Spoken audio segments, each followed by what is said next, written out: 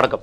இன்றைக்கு நம்ம talk with முத்தலிஃபில் விவாதிக்க இருக்கிற விஷயங்கள், திடீரென தேர்தல் ஆணையத்தின் பார்வையில் தமிழ்நாட்டுக்கு டிஜிபி நியமனம், யார் இந்த சந்தீப் ராய் ரத்தோர்? நேற்று திமுக மேடையில் முதல்வர் அவர்கள் சொல்லியிருக்கிறது, பிஜேபிக்கு இங்கே இடம் இல்லை, எப்பவும் சொல்கிறது தான், அதில் என்னங்க ஸ்பெஷல் அப்படின்னு கேட்கலாம். ஏன்னா அவர் கோயம்புத்தூரில் சொல்லியிருக்காரு. அதிமுக சார்பாக எடப்பாடி அவர்களுடைய பிரச்சாரம் மீண்டும் மீண்டும் எதிரொலிக்கும் குரல். நேற்று முதல்வர் அவர்கள் எடப்பாடிக்கும் எனக்கும் தான் போட்டிங்கிறத அவர் வாயாலே ஒத்துக்கிட்டார். டெல்லிக்கும் தமிழ்நாடுக்கும் இல்லைன்னு இருக்கார். இந்த மாதிரி பல்வேறு விஷயங்கள் இருக்குது. இதற்கு முன்னாடி சப்ஸ்கிரைப் பண்ணாதவங்க சப்ஸ்கிரைப் பண்ணி பாருங்கள். அந்த ஹைப் பட்டனை ப்ரெஸ் பண்ணுங்கள். அது எங்களுக்கு ரொம்ப வேல்யூவாக இருக்கும், ப்ரொமோஷனாகவும் இருக்கும். நாங்கள் பேசுகிற சின்ன விஷயங்களுக்கு கமெண்ட்ஸில் நீங்கள் பதில் கொடுங்க. ஈரான் விஷயத்திலே ஆகட்டும், எல்லா விஷயங்களையுமே தமிழ்நாடு அரசியல் களத்தை பற்றின கமெண்ட்ஸ் உங்கள்கிட்ட நாங்கள் பெருசாக எதிர்பார்க்குறோம். அந்த கமெண்ட்ஸும் நம்மளுடைய விவாதத்திற்கு பெரிதும் உதவியாக இருக்கும்.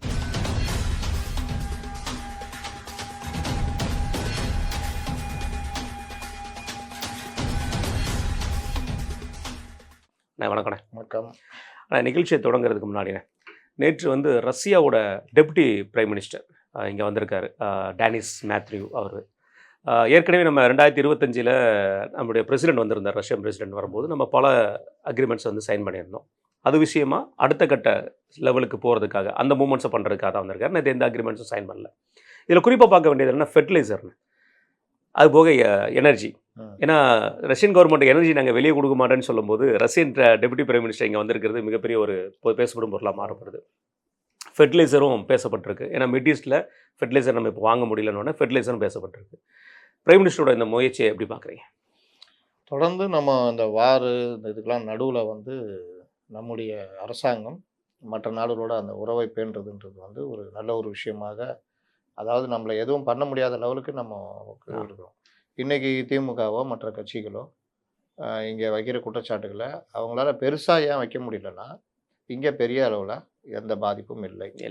நேற்று பாகிஸ்தானில் பெட்ரோல் விலை 40% 43 உயர்த்தப்பட்டு அவருக்கு ஊருக்கு 400 ரூபா, 400 சில்லற. இதில் என்ன தெரியுமான சண்டை 2 பேருக்குள்ளே நடக்குது கான்வர்சேஷனு. பங்களாதேஷுக்கும் பாகிஸ்தானுக்கும், நான் 35 தான் கூட்டியிருக்கேன், நீ 43 கூட்டியிருக்கேன், அவனுக்கு கூட சண்டை. ஆமாம்.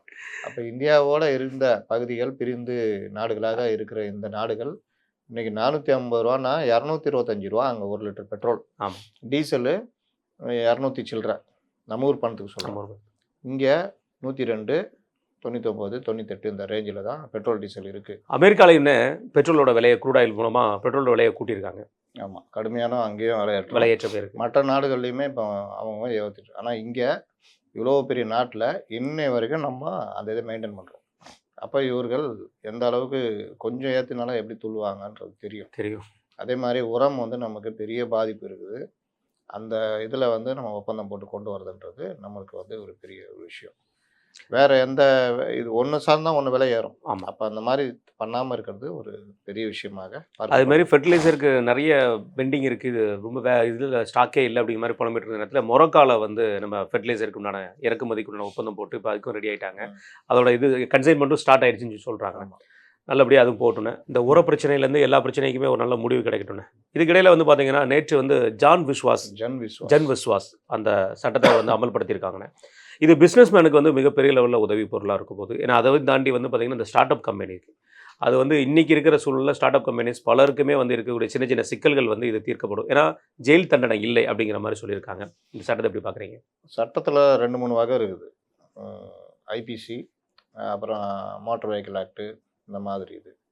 அதில் நீங்கள் தண்டனைக்குரிய குற்றங்கள், வயலேஷன்ஸ், விதி மீறுதல். வயலேஷன்ஸுக்கு எப்போவுமே தண்டனை கிடையாது, இல்லை குறைந்தபட்ச தண்டனை. இப்போ ஒருத்தன் காரை ஓட்டிகிட்டு போகும்போது எதிர்பாராமல் ஆக்சிடென்ட் நடந்தால் அது வயலேஷன். அதுக்கு தண்டனை இருக்காது, வழக்கு பதிவு பண்ணுவாங்க. வழக்கு நடந்து தீர்ப்பு கோர்ட்டில் தான் வரும். ஆமாம். குடிச்சிட்டு தராங்க போய் இடிச்சிட்டான், அப்போ கொஞ்சம் செக்ஷன் கூட. அது தெரிந்தே மரணம் நிகழும் தெரிஞ்சே நீ பண்ணிட்டேன்னு சொல்லிட்டு உடனடி கைது பண்ணுவாங்க. ஒரு வாரம் 10 நாளில் ஜாமீன் கிடைச்சிடும். அப்புறம் வழக்கு நடக்கும். வழக்கு முடிவில் தண்டனை கிடைக்கும். அது மாதிரி வியாபாரன்றது அவன் வியாபாரம் பண்ணுறான். அதில் விதிமீறல் இந்த மாதிரி விஷயங்களுக்கு நீங்கள் ஐபிசி மாதிரி குற்றமாக அதை பார்த்து பண்ணாமல் விதிமீறல் அப்படின்ற அடிப்படையில் அபராதம் அப்படின்றது நல்ல முறையாக இருக்கும். இப்போ இந்த ஜிஎஸ்டிலாம் இப்போ கைதே பண்ணுறாங்க. ஜிஎஸ்டி வந்து நேரடியாக கைது பண்ணுறதுலாம் ஆமா. நடக்குது. அது வியாபாரிகளை அச்சுறுத்துகிற வேலை. சில இடங்கள்ல அவர்கள் பயந்து கொண்டு இந்த பணம் கையூட்டு இந்த மாதிரி விஷயங்கள். அப்புறம் வந்து நீங்கள் இதெல்லாம் பார்க்கலாம். இந்த ஃபுட் சேஃப்டி நீங்க ஏதாவது ஒண்ணா ஃபுட் சேஃப்டி இது பண்ணி அதில தண்டனை. அப்ப இந்த மாதிரி சில பிசினஸ் சம்பந்தப்பட்ட வியாபாரம் சம்பந்தப்பட்ட விஷயங்கள். விஷயங்களுக்கு சிறை தண்டனை அப்படின்னா, அவன் யார் வியாபாரம் பண்ணுவான்? அவனுக்கு வந்து அது பல விஷயங்கள தவறா பயன்படுத்தப்படும் அப்படின்றத மாத்துறதுக்கு ஜன் விஸ்வாஸ் ஆக்ட். அதோடைய நோக்கம் வந்து தொழில் செய்வதை எளிதாக்குதல். இது ஒரு அமெண்ட்மெண்ட். ஆமா. அந்த ஆக்ட்ல கொண்டு கொண்டு வந்து திருத்தம். வந்திருக்காங்க. ஈஸ் ஆஃப் லிவிங் வாழ்க்கை எளிதாக இந்த ஊக்குவிக்க இந்த சட்டம் வந்து கொண்டு வரப்பட்டிருக்கு. இந்த சட்டம் மூலம் 42 முக்கிய சட்டங்கள் உள்ள சிறிய அல்லது தொழில்நுட்ப ரீதியான குற்றங்களுக்கான சிறை தண்டனையை நீக்குதல். சின்ன சின்ன விஷயங்கள் தான். அதுக்காக எனக்கு என்னன்னு பெருசா நீ ஜிஎஸ்டியில் போய் இல்ல 10 லட்சம் பொருளாதார தடைப்பட்ட சட்டத்துக்கு எப்பவும் போல அதுக்கான தண்டனைகள் உண்டு. இது என்ன மாதிரியான சின்ன சின்ன விஷயங்களை கூட பண்ணணும். இப்போ ஜிஎஸ்டியை வந்து நம்ம ரெசிடென்ட் கம் ஆஃபீஸாக காமிக்கிற விஷயங்களாகட்டும், சின்ன சின்ன விஷயங்கள் அதில் இருக்கும். இதுக்கு வந்து என்னன்னா ஒரு கேஸை போட்டு அது கோர்ட்டுக்கு இழுத்துட்டு அந்த கோர்ட்டுக்கும் அது பலு தானே. இப்போ இருக்கிற வேலை பார்த்தாது நீங்களே மாப்பாங்க வந்து நிற்பீங்கிற மாதிரி இருக்கும். அந்த இது கொஞ்சம் குறைக்கிறது அது பண்ணுறாங்க. ஜர்னலிஸ்ட் மூலம் வணிகம், வர்த்தகம், அறிவுசார் சொத்துரிமை சட்டங்கள், எசென்ஷியல் கமோடிட்டிஸ், அத்தியாவசிய பொருட்களுக்கான சட்டத்தின் சில பகுதிகள், காற்று நீர் மாசு தடுப்பு சட்டங்களின் சில பகுதிகள் எல்லாம் கிடையாது. இப்போ இந்த மாதிரி தகவல் தொழில்நுட்பம் விதிமீறல், ஐடி ஆக்ட், நுகர்வோர் பாதுகாப்பு, நுகர்வோர் சம்பந்தமான இது, அதில் சில இது அந்த மாதிரி அதில் சின்ன குற்றங்களுக்கான தண்டனைன்றதை நீக்கிட்டு அபராதம்ன்ற மாதிரி கொண்டு வந்திருக்காங்க. இது ஆக்சுவலாக 2023 சட்டம். இதை வந்து அந்த இதை நீக்கிட்டு தண்டனைன்றதை நீக்கிட்டு அபராதம் என்ற அளவோடு நிறுத்துவதன் மூலம் இந்தியாவில் தொழில் தொடங்கவும் நடத்தவும் எளிதான சூழலை உருவாக்குவதை நோக்கமாக கொண்டுள்ளது. இதில் இன்னொரு விஷயம் என்னென்னா, இப்போ வெளியிலேருந்து வந்து தொழில் தொடங்கலாம், அவனுக்கு ஒரு பாதுகாப்பான சூழ்நிலையை உருவாக்கி தரணும் அப்படின்றதும் இதனுடைய முக்கிய நோக்கம் அப்படின்றது தான் பார்க்கணும். நல்லா இது அடுத்த ஒரு ஸ்டெப்பு இல்லையா கண்டிப்பான முறையில் ரைட்ண்ணே. இப்போ நம்ம தமிழ்நாடு அரசியலுக்கு வருவோம். சூடுபிடிக்க ஆரம்பிச்சிட்டேன் களம். ஏன்னா நம்ம ரொம்ப நாள் கேட்டுட்டு இருந்தது இந்த டிஜிபி விஷயங்கள் ஏன் அதிகாரிகளை மாற்றலை தேர்தல் ஆணையத்துக்கு அப்படிங்கிற மாதிரி ஒரு கேள்வி கேட்டே இருந்தோம்.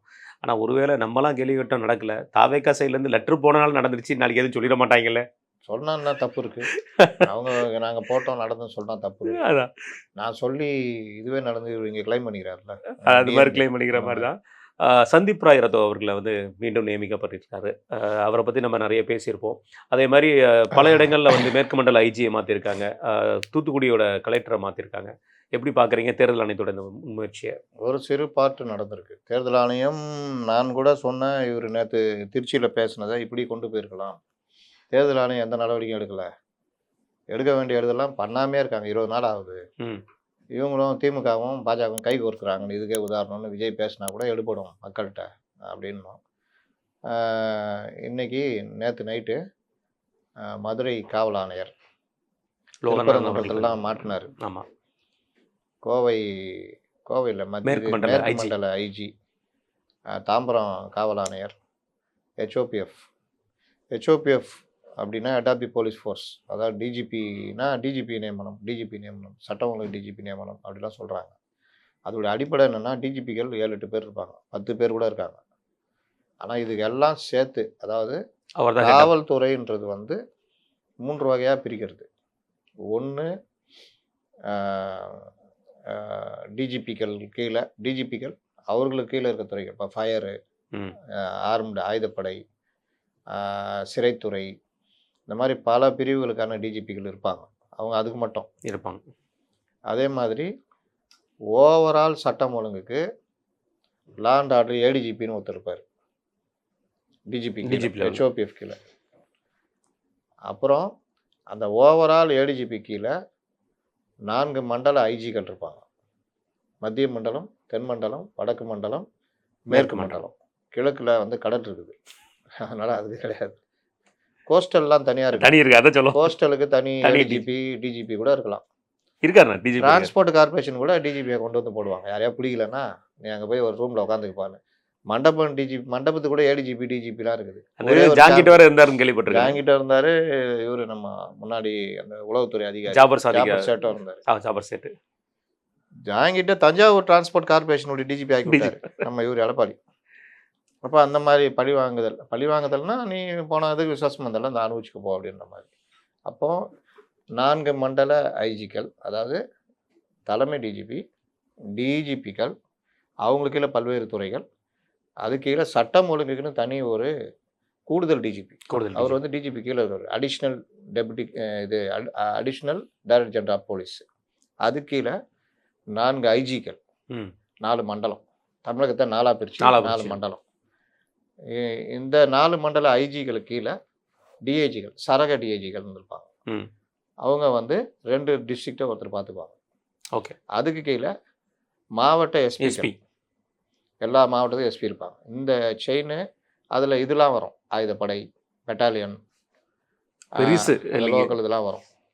அப்போ இது எல்லாமே எல்லாத்தையும் கண்காணிக்கிறது இந்த ஆயுதப்படை. அது மாவட்டத்தில் இருக்கிறது எஸ்பி. எஸ்பி வந்து 2 எஸ்பிக்கள், டிஐஜிகள் சேர்ந்து மண்டல ஐஜிகள், மண்டல ஐஜிகள் சேர்த்து லா அண்ட் ஆர்டர் டிஜிபி. அப்போ இந்த கமிஷனர்லாம் யார் கட்டுப்படுவார் அப்படின்னா இந்த கமிஷனரேட்டுகள்னு சொல்லுவாங்க. இப்போ சென்னை, மதுரை, கோவை, திருச்சி, சேலம், திருப்பூர், மெட்ரோபாலிட்டன் சிட்டிஸ் ஃபுல்லாக இவர்கள் எல்லோரும் டைரெக்டாக தலைமை டிஜிபிக்கு report. Okay. Law and order டிஜிபிக்கு அவங்க வரமாட்டாங்க. அப்போ 2 செட்டப் இருக்குது. ம் law and order DGP law and order சம்மந்தமான எல்லா இதுவும் மாவட்டம் எல்லாம் அவங்க பார்த்துக்குவாங்க. கமிஷனரேட்டுக்கு ஃபுல்லாக தலைமை டிஜிபிக்கு இது ஆகும். கண்டிப்பாக. இந்த செட்டப் இல்லாமல் டிஜிபிகள் சொன்னோம்ல, ஆயுதப்படை DGP, fire DGP, coastal DGP, எல்லா டிஜிபிகள். இந்த டிஜிபிகள் பதவி கூட சில சமயம் அந்த பதவி அந்த துறைக்கு மாற்றி வைப்பாங்க. திடீர்னு டிஜிபி ஆயுதப்படைன்னு இருக்கிறத ஒரு ஏடிஜிபியை போட்டு டவுன்கிரேட் பண்ணுவாங்க. டவுன்கிரேட். ஏடிஜிபி ஆயுதப்படை அப்படின்னு ஆகிடும். மறுபடியும் தேவைன்னா இன்னொரு டிஜிபி அந்த அதிகாரி போடுறாங்கன்னா அப்கிரேட் பண்ணிட்டோம் அப்படின்னு போடுவாங்க. இது அதே மாதிரி தான் கமிஷனர், சென்னை கமிஷனர் இப்போ ஏடிஜிபி பொசிஷனில் தான் இருக்கார். ரேங்க்கு அருண். ஆமாம். இதுக்கு முன்னாடி இவரெலாம் ஜிவால்லாம் டிஜிபி இது அப்கிரேடில் இருந்தார். டிஜிபியாக இருக்கிறதுனால அது அந்த பதவி டிஜிபிக்கான அப்கிரேடாக இருந்தது. அந்த ஈஸியாக இருக்கும்.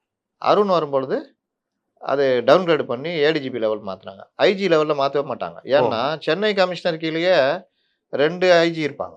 2 இல்லை 3 இருப்பாங்க. ஏன்னா ஒரு சிசிபி இருப்பாங்க, அந்த அட்மின் இருப்பாங்க, 2 அடிஷ்னல் சவுத் நார்த் இருப்பாங்க, டிராஃபிக் இருக்கும். அதனால இவங்க எல்லாத்துக்கும் மேலே இருக்கிறவர் அதுக்கு மேலே இருக்கிற பதவி தானே இருக்கணும், ரேங்க்ல தானே இருக்கணும். அதனால ஏடிஜிபி குறைவா சென்னை கமிஷனர் இருக்காரு. அந்த மாதிரி இந்த மாதிரி செட்டப் இருக்குது போலீஸில். இதில் தலைமை டிஜிபி இவங்க எல்லாத்துக்கும் சேர்த்து head of the police force. அவர் இவங்களேருந்து தான் ஒருத்தர் வருவார். அவர் 2 வருஷம் இருக்கணும்னு உச்சநீதிமன்றம் இது.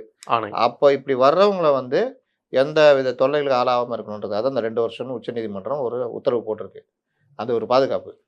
அவர் எப்படி தேர்ந்தெடுக்க ரிட்டையர்மெண்ட் ஏஜ் இருந்தாலும் அவங்க 2 வருஷம் கண்டினியூ அதை வந்து அவங்க கன்சிடர் பண்ணிக்கலாம் கவர்மெண்ட். ஓகே. நீங்கள் அந்த டேட்டில் முடிச்சிட்டீங்க. இப்போ ஒரு 6 மாதம் இதை இருந்தார், ஜிவால் இருந்தார். அதுக்கப்புறமா 3 மாதம் இருந்தார் ரிட்டையர்மெண்ட் ஏஜ் வரைக்கும். 2 இயர்ஸ் முடிஞ்சு மினிமம் 2 இயர்ஸ். அதர்வைஸ் இது வந்து 60 வரைக்கும் அவங்களுடைய இது வரைக்கும். வேற எந்த காரணத்துக்காக மாற்ற வாய்ப்பு இருக்குண்ணே? இப்போ வந்து புதுசாக ஒரு கவர்மெண்ட் வருது, இவங்களை மாற்ற முடியுமா? முடியவே முடியாது. 2 வருஷம் அவர் தான் ஹெச்ஓபிஎஃப்னா அவர் தான். ஓகே. அதனால் அது தனி. ஃபஸ்ட் டைமு தேர்தல் ஆணையம் ஒரு ஹெச்ஓபிஎஃப்ஏ நியமிச்சிருக்கு தமிழ்நாட்டில். ஆனால் மற்ற ஸ்டேட்டில் நடந்திருக்கு இல்லையா? இல்லை, தெரியல. ஓகே. அதாவது இங்கே ஒரு பொறுப்பு டிஜிபி, எப்பவுமே ஒரு ஸ்டேட்டில் டிஜிபி தான் இருப்பாங்க. யார்? ஹெச்ஓபிஎஃப் தான் இருப்பாங்க. தேர்தலுக்காக தேர்தல் ஆணையம் தேர்தல் டிஜிபின்னு போடுவாங்க. ஓகே. இப்படி தான் நடக்கும். ஃபஸ்ட் டைமு ஒரு இங்கே பொறுப்பு டிஜிபி இருக்கிறதுனால ஹெச்ஓபிஎஃப்ஏ போட்டாங்க. அப்போ திராவிட நாயகனோட வரலாற்றில் இதுவும் ஏறும். இது ஒரு வரலாற்றில் அவருடைய வரலாற்று சாதனைகள்ல இது ஒன்று. ஆனால் அவங்க நினச்சி சாதிச்சிட்டாங்கல்ல. அது வேற. தேர்தல் அறிவிச்சு கூடுதலாக 15 நாள் வரைக்கும் அவங்களுடைய பொறுப்பு டிஜிபி இருந்துட்டாங்களா? ஆமாம். அதில் கோர்ட்டு கண்டெம்ப்டாக அவங்க வரலையா? அப்படியே கோர்ட் நடைமுறையாக கொண்டு போயிட்டாங்க. அதுதான் நினைத்ததை முடிப்பவன். அப்போது இந்த ஹெச்ஓபிஎஃப் என்ன ஆவார்? இவருக்கு 2 வருஷம் இருக்குமா, இல்லை தேர்தல் புது கவர்மெண்ட் வந்தோன்னா என்ன பண்ணுவாங்கன்றதெல்லாம் இனி அடுத்து வர்றதுல தான். அது ஒரு சட்ட சிக்கலான ஒரு விஷயம்.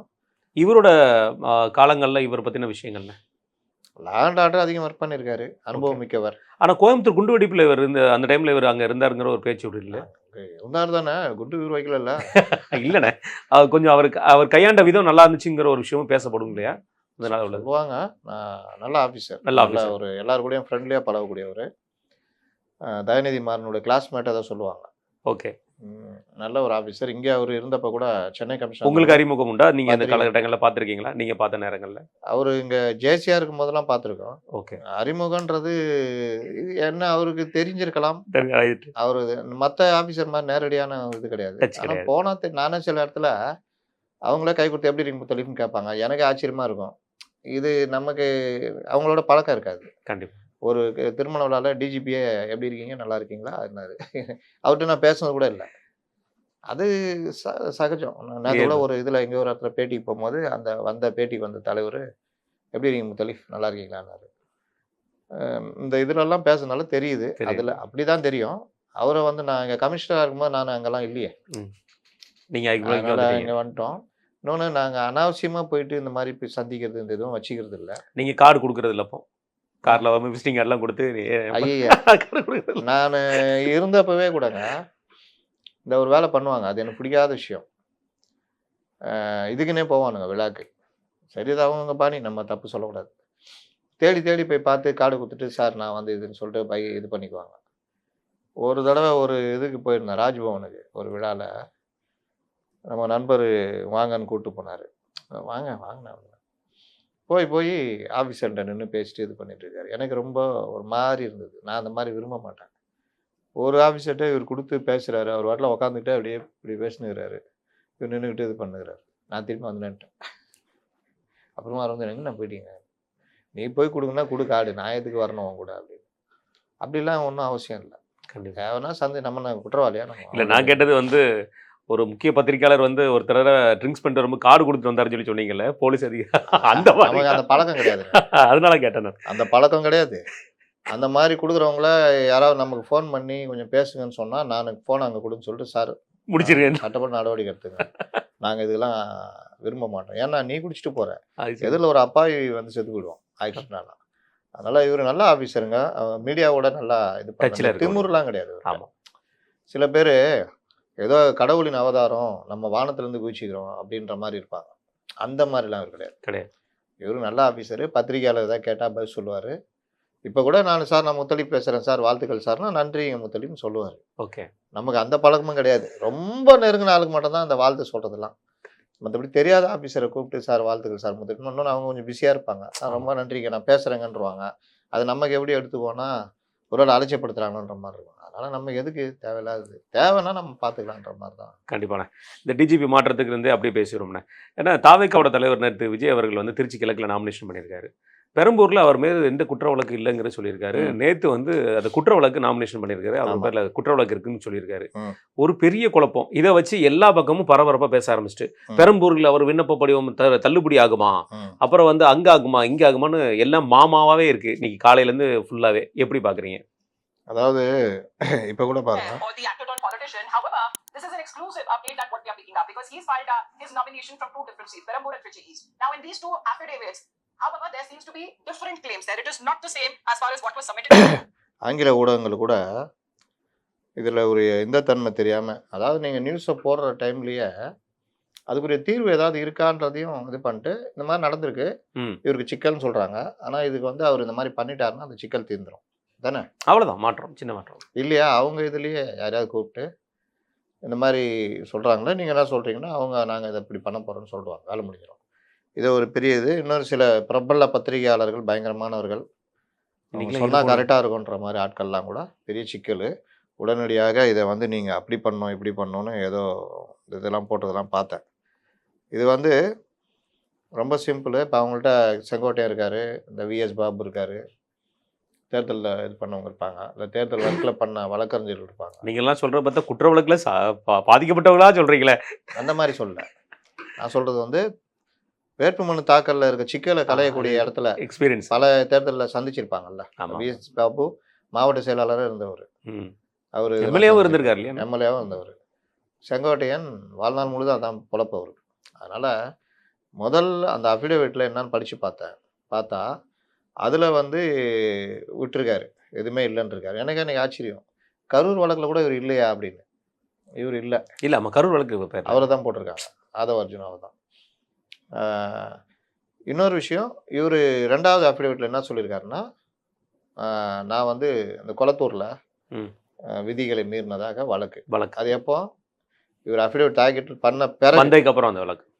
அதனால அங்கே குறிப்பிட வேண்டிய அவசியம் இல்லை, இங்கே குறிப்பிட்டிருக்காரு. 2வது அஃபிடேவிட் நான் அது வழக்கு விவரம் போட்டிருக்கிறது. ஜனவரி 30 வந்து நான் பொதுக்குழு கூட்டத்தில் ராம்பாக் போகும்போது என் மேலே வந்து இது பண்ணதில் நான் எங்கள் பவுன்சர் தூக்கி போட்டதில் வந்து என் மேலேயும் வழக்கு இருக்குது அப்படின்னு குறிப்பிட்டிருக்காரு. இதை வந்து அவர் அங்கே குறிப்பிட மறந்துட்டார். ஓகே. விட்டுட்டாங்க. இத்தனைக்கும் அவங்க எவ்வளோ ஹோம்ஒர்க் பண்ணாங்க தெரியுமா? அது விட்டாங்க. அப்போ நான் கேட்டேன் சில பேரை, இந்த தேர்தல் இதெல்லாம் என்னங்க இந்த மாதிரி இருக்குதுங்க. சார் ஒன்றும் பிரச்சனை இல்லை சார், மேட்ரு இது வந்து வேட்புமனு முடிஞ்சிட்டா தான் சிக்கல். இப்போ போயிட்டு ஒரு வேட்பாளர் 4 வேட்புமனு தாக்கல் பண்ணலாம். கரெக்ஷன் பண்ணுறதுக்கு கரெக்ஷனும் இல்லை, வேட்புமனு தாக்கல் பண்ணிடலாம். அதை எடுத்துங்க, இதை விட்டுருங்கன்னு கூட சொல்லலாம் அப்படின்னு. இதில் வந்து இந்த இதை வந்து என்ன பண்ணுறது, சப்ளிமெண்ட்ரி அடிஷ்னல் அஃபிடவிட். ஓகே. இல்லாட்டி இன்னொரு வேட்புமனுவையே இதை சப்ளிமெண்ட்ரி ஜாயின் பண்ணிட்டு இந்த வேட்புமனு எடுத்துங்கன்னு தாக்கல் பண்ணிடலாம். அதை வந்து நாளைக்கு திங்கக்கிழமை 2 நாள் டைம் இருக்குது. ஆமாம். இதில் போயிட்டு அவங்க இதில் விடுபட்டிருக்கு, நாங்கள் அடிஷ்னல் சப்ளிமெண்ட் கொடுத்துட்டு வந்துடலாம். போட்டு ஒரு அந்த ரிட்டர்னிங் ஆஃபீஸர்கிட்ட அவங்க வக்கீலே கொடுத்துடலாம். நல்ல நேரம் மட்டும் பார்க்க வேண்டியிருக்கும். இதுக்கு போய் விஜய்லாம் போன அவசியம் இல்லை, அவங்களுடைய தலைமை ஏஜென்ட்டு வக்கீல் போய் முடிச்சிடலாம். அவ்வளோதான். அதை அவங்க ஏற்றுக்காது அவங்க இஷ்டம், ஏற்றுக்கிட்டு தான் ஆகணும். ஏற்றுக்காது காரணம் சொல்லணும். அதனால் இது ஒரு மேட்டர் கிடையாது. ஆனால் இந்த செய்தியே கேட்காம உருட்டுறது என்ன ஊடக தர்மம்? அது ஆங்கில ஊடகங்களும் அது மாதிரி பண்ணுறாங்க. இல்லை, அவரோட அரசியலை பேசுறது நிறைய இருக்கு. இதெல்லாம் போய் பேசியிருந்தேன். அப்பெல்லாம் பார்த்தா முதல்வருக்கு கையில் 10,000 தான் வச்சிருக்காரு. அதை பற்றி யாருமே பேச மாட்டேங்காங்க. பாருங்க, போயிட்டு செலவழிச்சிட்டு வீட்டுக்கு வந்துட்டாரா? செலவழிச்சு வீட்டு வந்துட்டாரு. ஏன்னா தினமும் செலவு வந்து கை செலவுக்கு ஜிபே போட சொல்லலாம்ல. இல்லை, அது கணக்கில் வராது இல்லைண்ணே. கை செலவுக்கு வந்து 10,000 எடுத்துகிட்டு போயிருக்குது. மொத்தமே அவ்வளோதான் இருக்குது. அந்த மாதிரி இருக்குது. ரொம்ப கஷ்டம். நான் கூட நினச்சேன் முதல்வர் கண்டினியூஸாக இருந்தாருன்னா அங்கே போய் நான் காமராஜர் அளவுக்கு இல்லை, அவர் 200 தான் வச்சிருந்தார். அதுதான் அதோட காலத்தில் 200 வந்து இது 10,000 ஜாஸ்தி. சரி, ரைட்டு. அப்போ இந்த மாதிரி விஷயங்களை பத்திரிகையாளரும் சில பேர் போட்டுக்கிட்டு ஐயோ விஜய்க்கு சிக்கல், இது வந்து இதாகிடுமா, ரத்தாகுமா அப்படி இப்படின்னு போட்டுன்னு இருக்காங்க. அவங்கள்ட்டையும் கேட்டேன், அவங்க சைட்லையும் விஜய் சைட்லேயும் அது ஒன்றும் இல்லை சார், நாங்கள் 4ஆம் தேதி திருப்பி கொடுத்துட போகிறோன்ட்டாங்க. முடிஞ்சிடும், சப்ளிமெண்ட்ரி இது பண்ண போகிறோம். அதனால் இதெல்லாம் தேர்தலில் ஒரு பிரச்சனைன்னு இருந்தால் அதுக்கு ஒரு சொல்யூஷனும் இருக்கும், தீர்வு இருக்கிறதுல தான் இருக்கும். அந்த தீர்வு இல்லாமல் இருந்தால் தான் பிரச்சனை. இன்னொன்று, வேட்புமனு தாக்கல் முடிஞ்சிச்சுன்னா ஆமாம், எதிர் டீம் வந்து இதை கேள்வி கேட்கலாம், இது பண்ணலாம். கண்டிப்பாக. ரைட்ண்ணே, நேற்று நம்ம பேசாம விட்ட விஷயம்ண்ணே, ஜனநாயகனை பற்றி அவர் வந்து பேசியிருந்தார் நேற்று. நம்ம அதை பேசலைன்னு. அவர் படம் சம்மந்தப்பட்ட விஷயத்த முதல்ல வாயை திறந்து ஜனநாயகனை நிப்பாட்டினது சதி இருக்கு அப்படிங்கிற ஒரு விஷயத்த சொல்லியிருக்காரு. ஆனால் அந்த படம் ஒன்று நம்ம வெற்றிக்கு மிகப்பெரிய டூலாக இருக்கும் அப்படிங்கிற சொன்ன வார்த்தையை எப்படி பார்க்குறீங்க? படம் பார்த்தா தானே சொல்ல முடியும். இல்லைண்ணே, அவரோட நம்பிக்கை எப்படி பார்க்குறேன்? அவர் ஜனவரி மாதம் ரிலீஸுங்கிறாரு. நமக்கே தெரியும் ஒரு படத்தோட தாக்கங்கிறது 1 வாரம் தான், அதுக்கு மேலே இருக்க வாய்ப்பு இருக்காது. ஆனால் அவ்வளோ பெரிய லெவலில் ஒரு தாக்கத்தை கொடுக்கல. அந்த 1 வாரமோ 10 நாளோ அந்த படம் வந்து அதுக்கேற்ற தரத்தோடு இருக்கணும். அதுல நீ போதை மருந்து கடத்தி விற்றுருந்தேன்னா லியோ படம் மாதிரி. அது கண்டிப்பாக. அந்த எச் வினோத் தான் அஜித்தை வச்சு ஒரு படம் எடுத்தார். ஆமாம், ரொம்ப டமாஸாக இருக்கும். அந்த பெரிய கும்பலை பிடிப்பாரு, அந்த கும்பலில் தம்பி தான் பெரிய ஆளாக இருப்பான். அவன் ஏன்னா வேலை கிடைக்காம அதுக்கு போயிட்டான். இவர் ஆஃபீஸர் வேறு. வேலை கிடைக்காம இவர் ஆஃபீஸர் வேறு. இவர் யார்கிட்டையும் மானிட்டர் பண்ண மாட்டாரா? பையனுக்கு வேலை, தம்பிக்கு வேலை வாங்கி தர முடியாதா? ஆனால் அங்கே போயிட்டீங்கன்னா அவர் வேறு மாதிரி இருப்பார். அவர் வண்டின்னா அதுன்னா இதுன்னா அந்த பெரிய ஒரு வண்டியே அடித்து நொறுக்குவாங்க அந்த மாதிரி. இதெல்லாம் தெரியும், துப்பாக்கி சுடுறதுலாம். அது எப்படி தெரியும்னு தெரியல. நீங்கள் யோசிச்சு பாருங்கள், உங்கள் கையில் என்றைக்காவது துப்பாக்கி பார்த்துருக்கீங்களா, வாங்கியிருக்கீங்களா? நானாக அந்த இதில் போலீஸ் சைடில் பண்ணதுனால கையில் வாங்கி பார்த்துருக்கேன், இதான் துப்பாக்கியா ரைட். ஆனால் எளிதாக இவர்கள் இது அந்த மாதிரிலாம் இன்னொரு படம் எடுத்தார். அந்த இது போதை மருந்து கடத்துறது, ஹப்பு அது இதுன்னு காமிக்கிற மாதிரி. அவர் தான் இந்த படத்துக்கும் டைரக்டர். அப்போ எப்படி இருக்குன்னு சொல்லணும் அவசியம் என்ன? நீங்கள் அதாவது இப்போ ஒரு 2வது ஒரு பாட்டு வெளியிட்டாங்க. பாட்டு உங்கள் விஜய், அப்புறம் வெற்றிலாம் நல்லா புரியும். 3வது பாட்டு பார்த்தீங்கன்னா உங்களுக்கு பல இது புரியவே புரியாது. எனக்கு தெரிஞ்சு என்னென்ன, ஒரு பாட்டை விட்டு 2 நாள் கதையை ஓட்டிடலாம், அடுத்து ஒரு அறிக்கையை விட்டு 2 நாள் கதையை ஓட்டிடலாம். இந்த கதை ஓட்டுறதுக்கே உண்டான விஷயமா தெரியுது. நேற்று அது வேற, அவரே அந்த பாட்டை பாடி ஓட்டு கேட்காரு. சரி, அது பண்ணலாம், அது தவறு சொல்ல மாட்டோம். ஆனால் எந்த ஸ்டான்ஸால் அவர் எடுக்காருங்கிறத பார்த்தா அது ஒரு பெரிய கேள்விக்குறியாக இருக்குது. உங்களுக்கு ஒரு நல்ல வாய்ப்புங்க. நான் பேசின வரைக்கும் பல தமிழ்நாடு முழுவதும் பெரிய வரவேற்பு இருக்குது. திமுக காரங்களே பிடிக்காத இடத்துல கூட்டணி கட்சியில் நிறுத்துகிற இடத்துல டிவி கேக் போட்டு காலி பண்ணுவோன்ற லெவலில் முடிவுலாம் இருக்காங்க. காட்டுமன்னார் கோயிலையுமா நடக்கலாம். காட்டுமன்னார் கோயிலில் அவர் டீமே காலியாக இருந்தால் கூட்டணி தர்மத்தை மதிக்கிறார் இல்லைண்ணே, பொற்குடி அவர்களுக்கு வாழ்த்து தெரிவிக்கிறாரு. ஆமாம், அவ்வளோ பெரிய எங்கள் அண்ணன் அவ்வளோ கொள்கை ஆட்சி கூட்டணி மாற்றம் வருன்றாரு, ஆட்சி மாற்றம். தொங்கு சட்டசபை வருன்றாரு. இன்னைக்கு என்னதான் சொல்லணும்னு தெரியல அண்ணன். ஆமாம், அதனால் அந்த இது விஜய்க்கு அந்த டீமுக்கு அந்த ஒரு வரவேற்பு இருக்குது. பிரச்சாரம் இதெல்லாம் கரெக்டாக கொண்டு போயிட்டாங்கன்னா ஓகே. இன்றைக்கி ஒரு மாவட்டத்தில் நான் சொன்னேன்ல, விஜய்யுடைய ஆட்களுக்கு வேட்பாளர்களுக்கு ஒத்துழைப்பு கிடைக்கிறதில்ல. அதே வேட்பாளர் தனியாக போனால் ஜனங்க வர்றாங்க, ஓகே, இளைஞர்கள் வர்றான். ஆனால் அந்த பொறுப்பில் இருக்கான்ல கட்சிக்காரன் அவன் காலை வர்ற வேலை பண்ணுறான். அந்த மாதிரி பண்ணுற விஷயத்த இவங்க தலைமையிலேருந்து தலையிடணும். ம் இதெல்லாம் சேர்ந்து தான் கட்சி வேலை. அதுக்கு அறிக்கை ஏதாவது ஒன்று நான் கண்காணிக்கிறேன், எதை தேர்தல் மாதிரி? முடிஞ்சு பரிசீலிப்பேன் அப்படின்னு. அவர் கண்காணிக்கிறாரு, பரிசீலிக்கிறார்ன்ற சில விஷயத்தையும் நம்ம வந்து இது பண்ணிட்டோம். திருத்தணி தொகுதி தாவேகா வேட்பாளர் சத்யகுமாருக்கு சரிண்ணே. வந்தால் சத்திய சோதனைன்னு போட்டு அவர் தனியாக நிற்கிற மாதிரி தனியாக ஓட்டு கேட்குறாரு. தனியாக நிற்கிறாரு, கூட யாருமே இல்லை. அது நம்ம வேட்பாளர் அவரு, தாவேகா வேட்பாளர். அதை தானே இவர் நம்ம வக்கீல் தானே. ஆமாம், வக்கீல். அப்போ இது வந்து நான் இது உண்மை பொய்ன்னு நான் சொல்ல வரல. 2 விஷயம் நடக்குது. தாவேகா வேட்பாளர்களுக்கு எதிராக பல விஷயங்களை தவறாக சொல்கிற வேலைலாம் நடக்குது. நேற்று வாணியம்பாடி வேட்பாளர் சையத் புர்கான்றவர் மேலே அவர் ஒரு அந்த ஜிஎஸ்டி இதில் வந்து சம்மன் கொடுத்துருக்காங்க, இவர் போல அப்படி இப்படிலாம் ஒரு பெரிய நியூஸை 2 தொலைக்காட்சிகள் பெருசாக பரப்புனாங்க. அவர் அதுக்கு விளக்கம் கொடுத்துருக்காரு. ஜிஎஸ்டியில் பிடிச்ச ஆள் வேறு. ம் அவர் முன்னாடி காங்கிரஸில் இருந்தப்போ அவருக்கு எதிரான பல வேலைகள்லாம் பண்ணியிருக்காங்க. அதில் இவரை கோத்து விட்றவெல்லாம் பண்ணியிருக்காங்க காங்கிரஸ்காரங்களே. ஆமாம், அதுதானே காங்கிரஸ். அதில் அந்த ஜிஎஸ்டி மாட்டினவர் ஒருத்தர், அவருக்கு அரெஸ்டே ஆகிருக்கார். அவருக்கு இவர் வக்கீல். சரிதான். ஆனால் இவருக்கும் அதில் சம்மந்தம் இருக்குன்னு சொல்லி ஜிஎஸ்டி வந்து அதிகாரிகள் அவர் வீட்டில் சோதனையும் போட்டிருக்காங்க, ஒன்றும் சிக்கலை. அதற்கு பிறகும் அவர் வந்து அந்த வழக்குலேருந்து ஜாமீன்லாம் வாங்கிட்டு வெளியிலாம் வந்துட்டார். ஆனால் இவருக்கு சம்மன் கொடுத்துட்டே இருந்திருக்காங்க. இவர் ஒரு கட்டத்தில் போயிட்டு இது ஒரு தேவையற்ற சம்மன், கோர்ட்டில் இது பண்ணணும், கோர்ட்டு சம்மனுக்கு ஸ்டே கொடுத்துச்சு. ஓகே, இந்த விஷயங்களை அவர் இதுலேயும் சொல்லியிருக்காரு, தேர்தல் அஃபிடேவிட் சொல்லியிருக்காரு. ஆனாலும் அந்த வேட்பாளருடைய வெர்ஷன் கேட்கணுமா வேணாவா? கண்டிப்பாக. ஆனால் நியூஸாக பரப்பிக்கிட்டு இருக்கிறாங்க. இல்லை, அது பொய்யான செய்திகள் நிறைய விட்டுட்டு தானே இருக்கு. ஆச்சா, இந்த சத்யகுமார் சொல்கிறேன். சத்யகுமார் தனியாக நின்று இது பண்ணுறதுல யாரும் இல்லாத ஒரு ஃபோட்டோவை எடுத்து இந்த மாதிரி நடக்குதுன்னு கூட போடலாமா இல்லையா?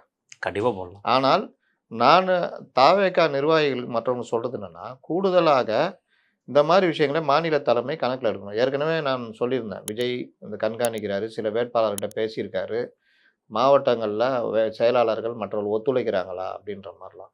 இதில் பல மாவட்ட செயலாளர், இப்போ அந்த மாவட்ட செயலர் திருவள்ளூர் மாவட்ட செயலர் மாட்டினார் பாருங்க, 6 மாதம் முன்னாடி புகாரை கொடுத்து இது பண்ணுறது, இது எல்லாமே நடக்கும். நான் ஏற்கனவே சொன்னேன், நீங்கள் எதிர்க்கிறது சாதாரண ஆள் இல்லை. இன்னொன்று நீங்கள் 2 பக்கம், இன்னொன்று ஏடிஎம்கே உங்களை அடிக்க ஆரம்பிக்கல. இப்போ கூட அவங்க உங்கள்ட்ட சாஃப்ட் கார்னர் அப்படிங்கிற மாதிரி தான் இருக்காங்க, அவங்கள பெருசாக இது பண்ணல. ஆனால் திமுக உங்களை வச்சு செய்கிற முடிவு பண்ணுறாங்க. அதில் இந்த மாதிரி விஷயங்கள் எல்லாம் வருது. இதற்கெல்லாம் உடனடியாக மாநில தலைமை தலையிட்டு லீகலாக நடவடிக்கை எடுக்கிறது, நோட்டீஸ் அனுப்புறது, தேர்தல் ஆணையத்தில் புகார் கொடுக்கறது, இல்லை அந்த வேட்பாளரை கைட் பண்ணுறது, இந்த வேலைகள் எல்லாம் மாநில தலைமை பண்ணணும்.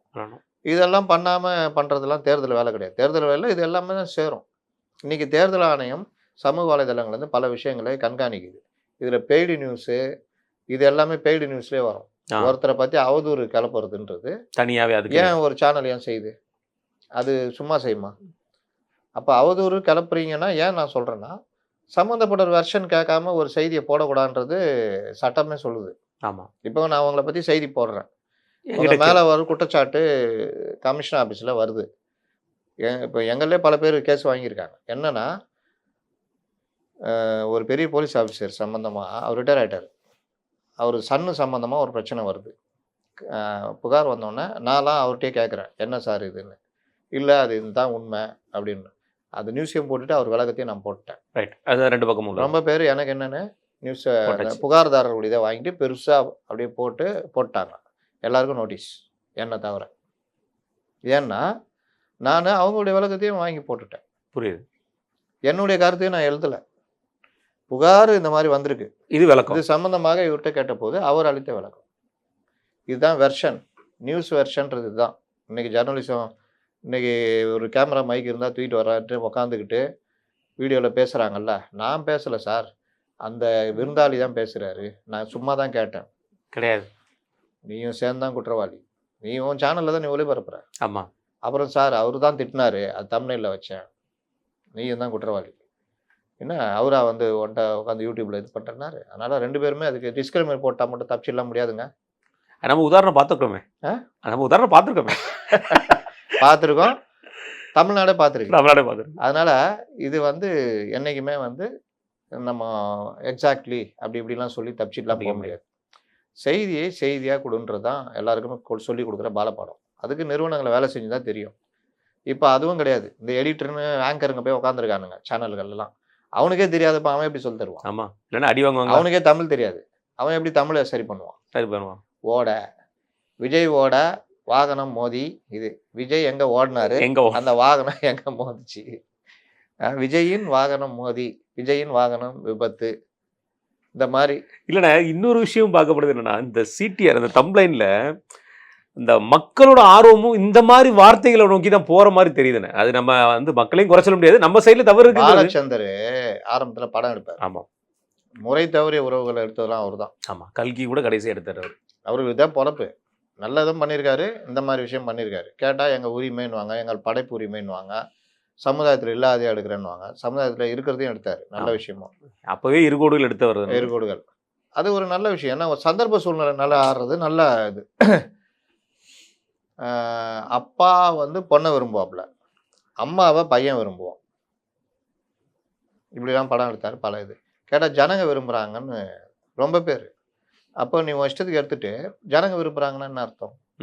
ஜனங்கள் மீது இதெல்லாம் திணிக்கப்பட்டது. ஏன் இப்போ எம்ஜிஆர் மட்டும் ஏன் இதெல்லாம் எடுக்கல? எம்ஜிஆர் ஏன் கரெக்டாக போனார்? சிவாஜி கணேசனே இந்த மாதிரி விஷயங்களை தொடலை. இருமலர்கள்னு ஒரு படம் வச்சு, இரு கோடுகள் மாதிரி இரு மலர்கள்னு ஒரு படம், அதுவும் இப்படி தான். லவர் இது பண்ணுவாப்புல, லவர் யுத்த எல்லைக்கு அண்ணனை பார்க்க போயிருப்பாங்க, அப்புறம் வரவே மாட்டாங்க. அப்பா வந்து திட்டி அத்தை பொண்ணு இருக்குன்னு கட்டி வச்சுருவாங்க. அதுக்கப்புறம் இவர் வாழ்க்கையே மாறிடும். 5 வயசு 6 வயசு ஒரு குழந்தை இருக்கும். ஜாலியாக இருக்கிற வாழ்க்கையில் மறுபடியும் லவர் வந்துடும் ஸ்கூல் டீச்சராக. இவர் மனசு தடுமாற ஆரம்பிக்கும். அந்த அம்மா கரெக்டாக இருப்பாங்க. ஓகே. உண்மை என்னென்னா, அப்பா அண்ணன் இறந்துட்டாரு, குழந்தைங்கள பார்த்து நிலமை ஆயிடுச்சு எனக்கு, அதனால் வர முடியல. இன்னொன்று அந்த காலத்தில் என்ன தகவல் தொடர்பு, செல்ஃபோனா இது வாட்ஸ்அப் காலில் காமிக்கிறதுக்கு. அப்போது கடைசியில் அந்த அம்மா ரொம்ப இது பண்ணிட்டு ஒரே ஒரு இது சொல்லும், உன் மனைவியும் குழந்தைய விட்டுட்டு வரியா வா. அது எப்படி? அப்போ உனக்கு அந்த வாழ்க்கை தானே, அதான் நிரந்தரம், அது உனக்கு பிடிச்சிருக்குதா, அதை விட்டு உன்னால் பிரியவும் முடியாது. இதுதான் வாழ்க்கை, இதுதான் உலகம். அதனால் நீ சந்தோஷமாக இரு, இந்த வேலையை பண்ணாதன்னு சொல்லி போயிடும்.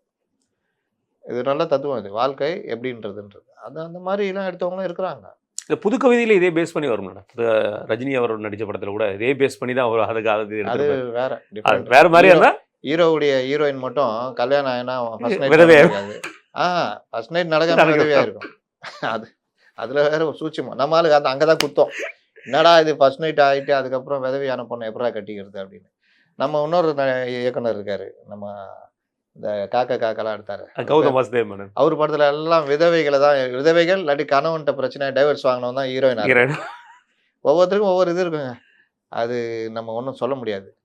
என்ன விஷயம்னா, தப்பான ஒரு கான்செப்டை தான் கரெக்டுன்ற மாதிரி கொண்டு வந்துட்டு இதை ஜனங்க விரும்புகிறாங்கன்னு சொல்கிறாங்கல்ல, அதை தான் சொல்கிறோம் தப்புன்றோம். அதனால் ஜனங்க விரும்புகிறாங்கலாம் ஓட்டக்கூடாது. புரியுது. ரைட்ண்ணே. விஜய் விஷயத்துலேருந்து அப்படியே நம்ம திமுகவுக்கு ஆகணும். நேற்று முதல்வர் அவர்கள் கோயம்புத்தூர் ஜனங்க விரும்புகிறாங்கன்னு எதுக்கு சொன்னோம்? இந்த சிடிஆர் நம்ம இதுக்காக தான் சொல்லியிருந்தோம்ல, அந்த இதுக்காக வழக்கு பதிவை பற்றி பேசியிருந்தோம் இல்லையா, விஜயோடங்கிற கான்செப்ட் எழுத்து விஷயங்கள். அதை நான் முடிச்சிடறேன், நல்லா இருக்காது.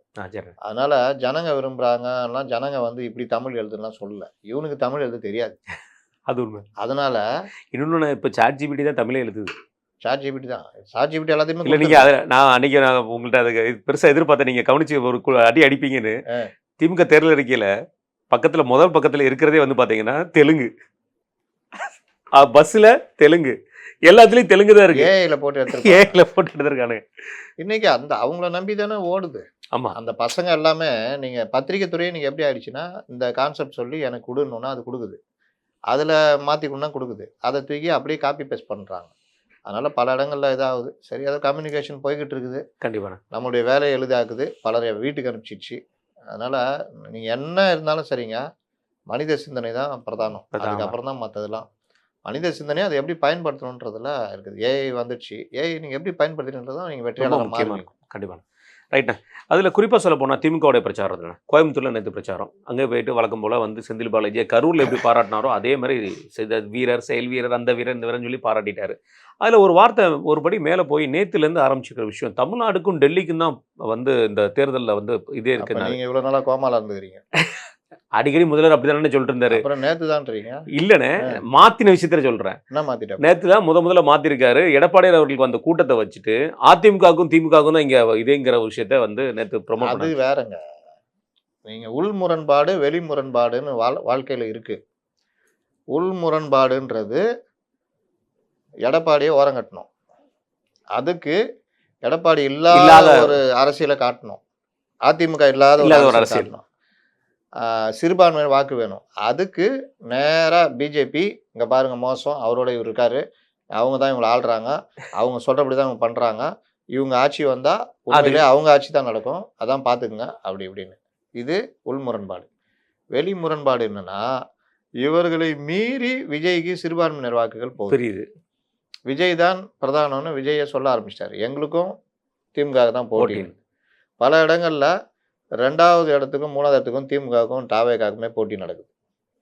இப்போ இந்த இடத்துல விஜய் ஒன்றுமே கிடையாது, எனக்கு எதிரி ஏடிஎம்கே தான் காட்டுறதுக்கு இது பேசுகிறார். இது வெளி முரண்பாடு. அதனால நீங்கள் ஆனால் இருந்தாலும் ஏடிஎம்கேக்கு இப்போ எடப்பாடியார் அவர்கள் போகிற எல்லா இடங்களுமே கூட்டம் நம்ம பெருசாக பார்க்கப்படுறோம். ஆமாம். நேற்று கூட தருமபுரியில் போய் பிரச்சாரம் பண்ணியிருக்காரு, நல்ல கூட்டம் இருந்தது. அது மட்டும் இல்லாமல் வரவேற்புங்கிற விஷயத்தை தாண்டி நேற்று அவர் பேசின விஷயத்தில் இந்த பெண்கள் பட்ட சைடில் இருக்கிற குற்றங்கள் எவ்வளோ தூரம் நடந்திருக்கு. எப்போ நீ கொடுத்த டேட்டாவை வச்சு தான்ப்பா நான் பேசுகிறேன், நீ நல்ல அரசியல் நடத்திட்டு இருக்கேன்னு சொல்கிறீங்கிற ஒரு வார்த்தையும் அடிச்சிருக்காரு. அவரு நேற்று என்ன பண்ணாருன்னா, பெண்களுக்கு எதிரான குற்றங்கள் அதிகம் நடந்த ஆட்சி அதிமுக ஆட்சி. ஆனால் இவர் வந்துட்டு எங்களை சொல்கிறாரு, நாங்கள் பெண்களுக்கு பாதுகாப்பான மாநிலமாக இருக்கோம்னு இவர் அப்படியே உள்டாவா. அதுக்கு அவர் ஆதாரப்பூர்வமாக என்சிஆர்பி கொடுத்தது இந்த டேட்டா சுவிட்ச் தான் நான் பேசுகிறேன் பார்த்துக்கோ அப்படின்னு அவர் அடி அடிச்சிட்டார். இன்னொன்று கைப்புண்ணுக்கு எதுக்கு கண்ணாடி? நீ என்ன பேசிட்டு நமக்குமே பார்த்தோம்னே 2017 இவர் ஆட்சியில் முதலமைச்சராக பொறுப்பேற்றாரு. அதுலேருந்து நம்ம கணக்கெடுத்து பார்த்தா 2021 வரைக்கும் பெரிய வழக்கு அப்படிங்கிற பேசப்பட்டது வந்து பொள்ளாச்சி வழக்கு மட்டும் தான். அதுலேயுமே உடனடியாக வந்து அதிமுக சைட்லேருந்து சிபிஐக்கு மாற்றிட்டாங்க. அந்த வழக்கையும் மாற்றினாங்க. அதில் சில முரண்பாடுகள் இருக்கலாம், விமர்சனங்கள் நம்ம நிறைய உண்டு. அதில் சில பேர்களை பாதுகாக்கிற ஏற்பாடுலாம் நடந்துச்சுங்கிறது உண்மை. பத்திரிகைகளில் பெருசான பிறகு கைது ஆனாங்க. இன்ன வரைக்கும் அவன் வெளியில் வரல. அவனுமே ஆமாம் உள்ள இருக்கிறான். அதையும் பார்க்குறோம் நம்ம. ஆனால் இந்த 2021 26 வரைக்கும் நம்ம பார்த்துருக்கோம் பல நடங்கள். எல்லாம் குழந்தைகளை விட்டு வைக்கல, வயதான முதியோர்கள் வரைக்கும் விட்டு வைக்கல. இடுப்பு கேள்வியில் ஆரம்பிச்சு எங்க 2 வயது குழந்தை பாலியல் வரைக்கும் கொண்டு விட்டுட்டீங்க. விமானத்துல போனாலும் விட மாட்டேங்கிற மாதிரி விமானத்திலையும் டிஸ்டர்ப் பண்ற அளவுக்கு நீங்க சார்ல இருந்து பல விஷயம். ஆமா. அப்படி இருக்கும்போது நீங்க இப்படி ஒரு குற்றச்சாட்டை வைச்சா நம்ம ஆட்சி மேல இப்படி ஒரு குற்றச்சாட்டு வருங்கிற தெரியாம பேசுறாரா முதல்வர் அவர்கள்? அவருக்கு எதை பத்தியும் கவலை இல்லைங்க, எதை பத்தியும் தெரியாது. எழுதி கொடுத்தது படிச்சுட்டு அவ்வளவுதான். எழுதி கொடுக்குறது யாரு? இந்த ஸ்ட்ராட்டஜி டீம். அது யாரு? 25 வயசு 30 வயசு இந்த பசங்க டீம்.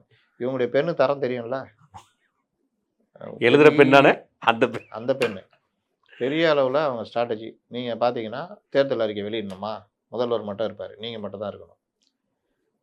இந்த வேட்பாளர் பட்டியலாக நீங்கள் மட்டும் தான் இருக்கணும் அப்படின்னு பெண்ணு சொல்லும். பெண்ணோ ஏதோ ஒரு ஸ்ட்ராட்டஜி டீம் சொன்னோன்னே இவர் அதே மாதிரி உட்காருவார். துரைமுருகன் வந்து தலையை விட்டார் வச்சுக்கிங்க, கோபம் வருமா வராதா? கண்டிப்பாக. அதை பொது வெளியில் காமிச்சிட்டாப்புல. இப்போ இந்த மாதிரி விஷயங்கள் எப்படி பேசணும், என்ன கண்ணாடி போட்டுக்கணும், எங்கே கண்ணாடி போடக்கூடாது, காலைல டீ குடிக்கணும், வாக்கிங்கு. ஆனால் இவங்க சொல்கிற ஐடியா எல்லாம் அறத பழசு.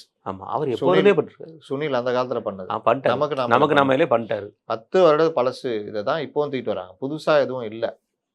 புதுசாக ஒன்று தான் ஐயாபுசி பைக்கில் உட்காந்து முறுக்குனது தான். ஆமாம், கடைசியாக போனது அதுதான். இவருக்கும் யூனிக்காக பண்ணது. அது மாதிரி சைக்கிள் ஓட்டுனது அமெரிக்காவில் நமக்கு நம்மளே ஓட்டிட்டாருங்க.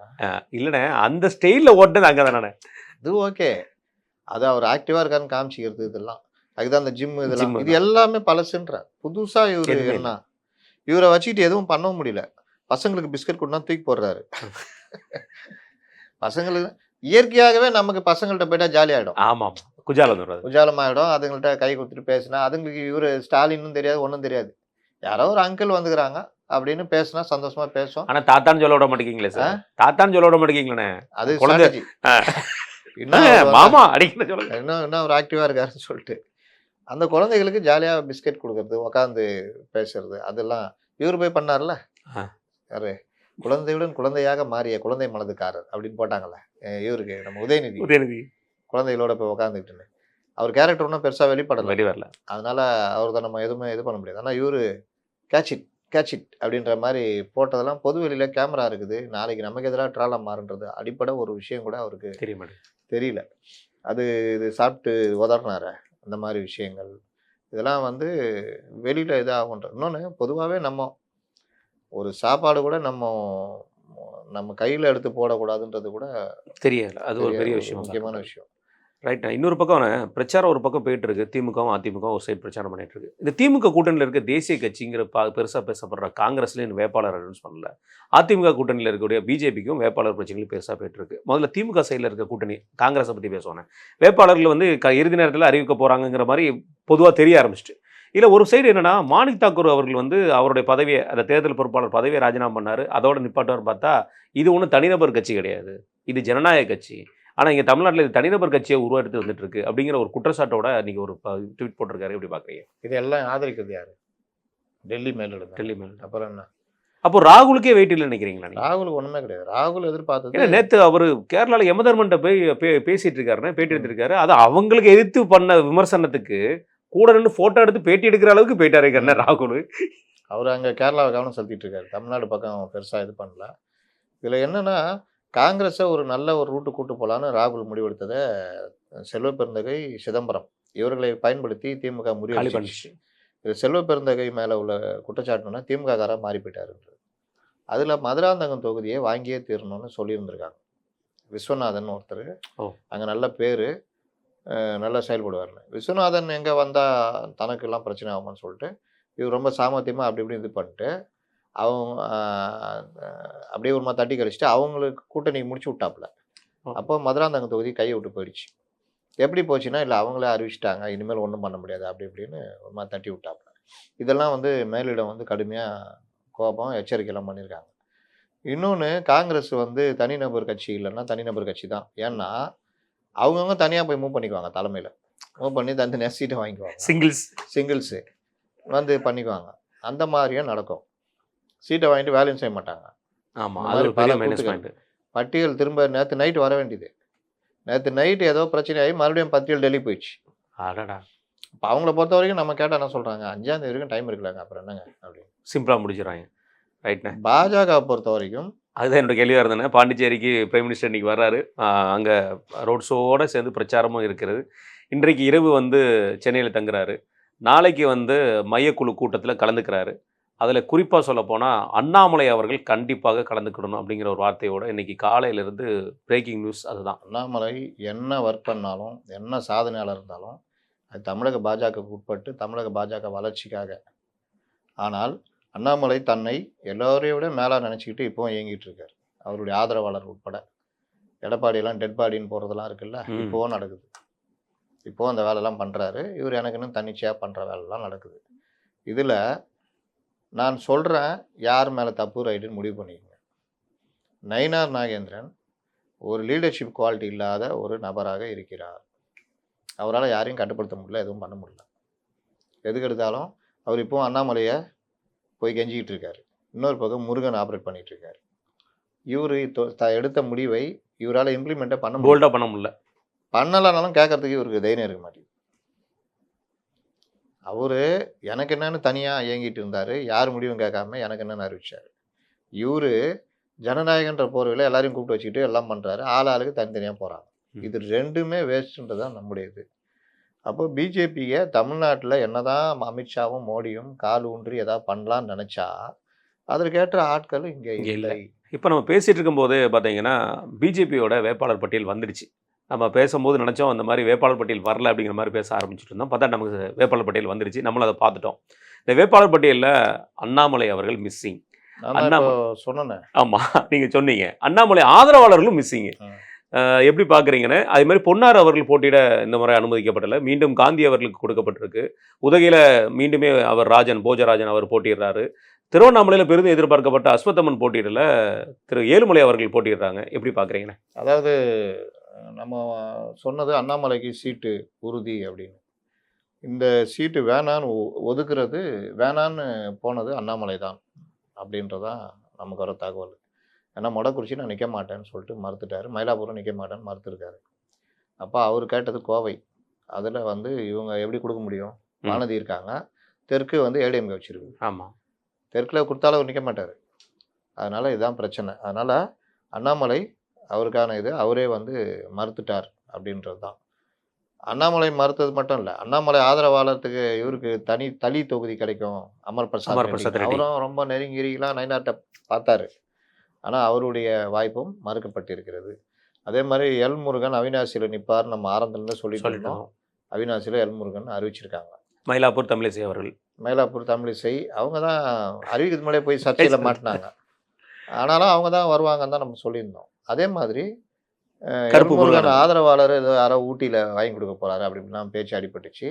ஆனால் போஜராஜனுக்கே கொடுத்துருக்காங்க. ஒருத்தர் சுந்தரமாக ஏதோ ஒருத்தர் அந்த ஊட்டியில். ஆமாம், அவர் கொஞ்சம் ஃபேமஸாக இருந்தார். அவர் இப்போ அதுக்கு மேலே இவரே அவர் கொடுக்குற மாதிரி இருந்தது, அது கொடுக்கல. அஸ்வத்தாமலை ஏன் ஒதுக்குனாங்கன்னு தெரியல. ஆமாம், அவர் ஒரு நல்ல கள போராளி. அந்த கள போராளி, நல்ல ஒரு விவாதத்தில் பேசக்கூடியவர், நல்ல ஒரு இது. அந்த மாதிரி ஆட்களை கொண்டு வந்தால் தான் அவர் நல்ல ஒரு எம்எல்ஏவாக இருப்பாங்க. ஆனால் ஏழுமலை கொடுத்துருக்காங்க. ஏழுமலையும் அந்த தொகுதியில் நல்லா பேர் போனவர், பேர் பெற்றவர், ஆமாம், செயல்படுபவர் அப்படின்ற மாதிரி சொல்கிறாங்க. காந்திக்கு மறுபடியும் கொடுத்துருக்காங்க. அவருடைய உடல்நலம் மற்ற விஷயங்களை இது பண்ணி 2 பேரில் யாருன்ற மாதிரிலாம் போயிட்டு இருந்தது. ஆனால் அவருக்கே கொடுத்துருக்காங்க. பொன்னாரை மறுத்துட்டாங்க. இதில் பெரிய சர்ச்சைக்குரிய விஷயம்னா விஜயதரணி அவர்களுக்கு மீண்டும் வந்து விஜயதரணி வந்து பொறுமை அதுதானே மெயின். அந்த பொறுமை காத்ததுக்கு எம்பி இதுவே அவங்களுக்கு கொடுக்க வேண்டியது மிஸ் ஆச்சு. அதனால் அவங்க பொறுமையாக இருந்துட்டாங்க. பதவியும் போகாமல் இங்கே இருந்ததுடைய விளைவு அவங்களுக்கு கொடுத்துருக்காங்க. ஜெயிக்கிற கேண்டிடேட். ஆமாம், காந்தி ஜெயிச்சிருவாரு, விஜயதரணி ஜெயிச்சிருவாங்க. மொடக்குறிச்சி ஜெயிக்கிறது வாய்ப்பு இருக்கு. மதுரை தெற்கு ராமசீனிவாசன் நீண்ட போராட்டத்துக்கு பிறகு விருதுநகர் சீனிவாசன் அப்போ இருக்கா. அதனால மதுரையே அவருடைய இதே கிடைச்சிருக்கு. ப்ரொஃபஸர், சிறந்த பேச்சாளர், நல்ல வாக்குகள், எதிரிகளும் ஏற்றுக்கொள்ள வகையில் பேசக்கூடியவர். ஆமாம். அதனால ராமசீனிவாசனுக்கு இது நல்ல வாய்ப்பு. சட்டசபையில் அவருடைய குரல் ஒலிக்க ஒரு வாய்ப்பு கிடைச்சுன்னா உண்மையிலே நல்லா இருக்கும். மயிலாப்பூர்ல எப்படி பாக்குறீங்கன்னு அக்காவோட வெற்றி? அக்காவை நீங்க மறுக்க முடியாத அக்கா. ஏன்னா இன்னைக்கு அண்ணாமலையை சொல்றாங்கல்ல. நான் கூட ஒரு இது படித்தேன். நம்ம நண்பர் ஒருத்தர் போட்ட பதிவு, பத்திரிகையாளர். அவரு அண்ணாமலை ஏதோ சாதிச்சிட்டாரு, அது பண்ணிட்டான்றாங்க. ஜெயலலிதா கருணாநிதி இருந்த காலத்துல திமுக பாஜகவுடைய தலைவராக தமிழிசை ஒர்க் பண்ணதெல்லாம் நீங்க வந்து அது எவ்வளவு பெரிய தெரிஞ்சிருக்கும். அண்ணாமலையுடைய ஒர்க்கு எந்த அளவுக்கு இது இல்லைன்றது. 2 ஜாம்பவான் நடுவில் அவங்க பாஜக ஒர்க் பண்ணதுன்றது ஒரு பெரிய விஷயம். அதுவும் கலைஞருக்கெல்லாம் இவங்க குழந்தை மாதிரி. ஆமாம், கல்யாணத்தில் இவரும் எம்ஜிஆர் தானே சேர்த்து வச்சு அந்த இடத்துல அவங்க மரியாதை குறைவாக இல்லாமல் ஒரு டீசெண்டாக.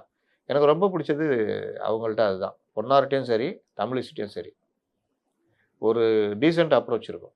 மரியாதை கொடு. அண்ணன் ஸ்டாலின் வாங்க, கண்ணீந்த வராமல் பேசக்கூடியது. இப்போ வர ரொம்ப காமெடியாகவும் பேச ஆரம்பிச்சிட்டாங்க. ஆமாம், அவங்க நகைச்சுவை தான். ஜென்சியாக மாறிட்டாங்க.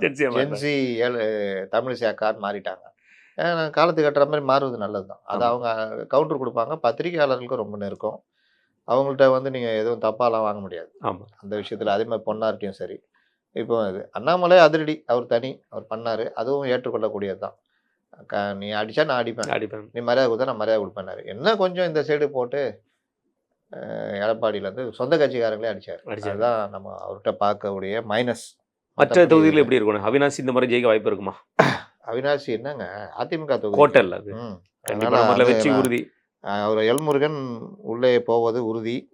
யார் தலைவர் என்பதுதான். சட்டமன்ற தலைவர் வந்து மாநில தலைவர் நயினார்னா சட்டமன்ற தலைவர் எல் முருகன்ற மாதிரி தான் போகும் கண்டிப்பான. அதனால இல்லையா எல் முருகனை மீண்டும் தலைவராக கொண்டு வந்துட்டு இவரை சட்டசபை தலைவராக மாற்றலாம்.